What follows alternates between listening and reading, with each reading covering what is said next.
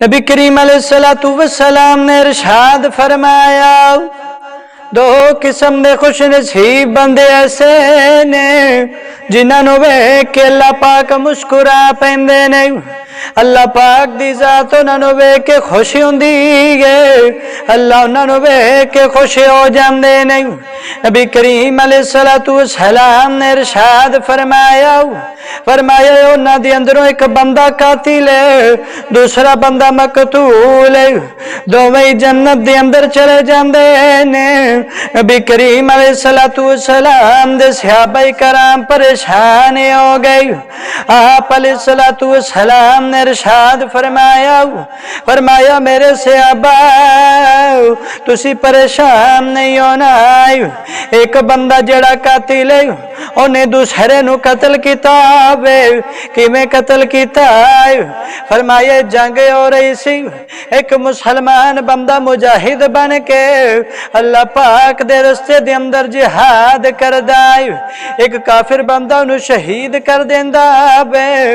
فرمایا میں مقتول جنت دے اندر چلا جاندا ہے۔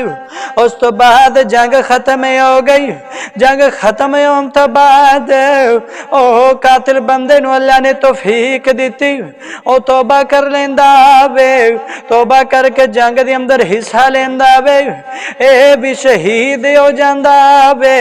نبی کریم علیہ السلام نے ارشاد فرمایا میرے صحابہ توبہ کرنے والا عمل اللہ پاک نو اتنا پسند ہے، اللہ نے قاتل نو بھی معاف کر چھڑیا وے، اللہ پاک نے قاتل نو بھی معاف کر چھڑے آئے، قاتل نو بھی جنت دے دیتی ہے، مقتول نو بھی جنت دے دیتی ہے۔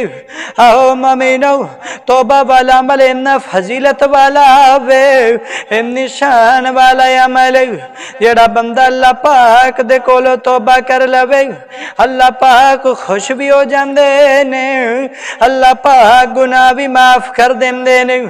اللہ پاک صرف گناہ ہی معاف نہیں کر دے، اللہ پاک اس بندے نو جنت دا حقدار بھی بنا دیندے نے، اللہ پاک اس بندے نو جنت دا حقدار بنا دیندے نے۔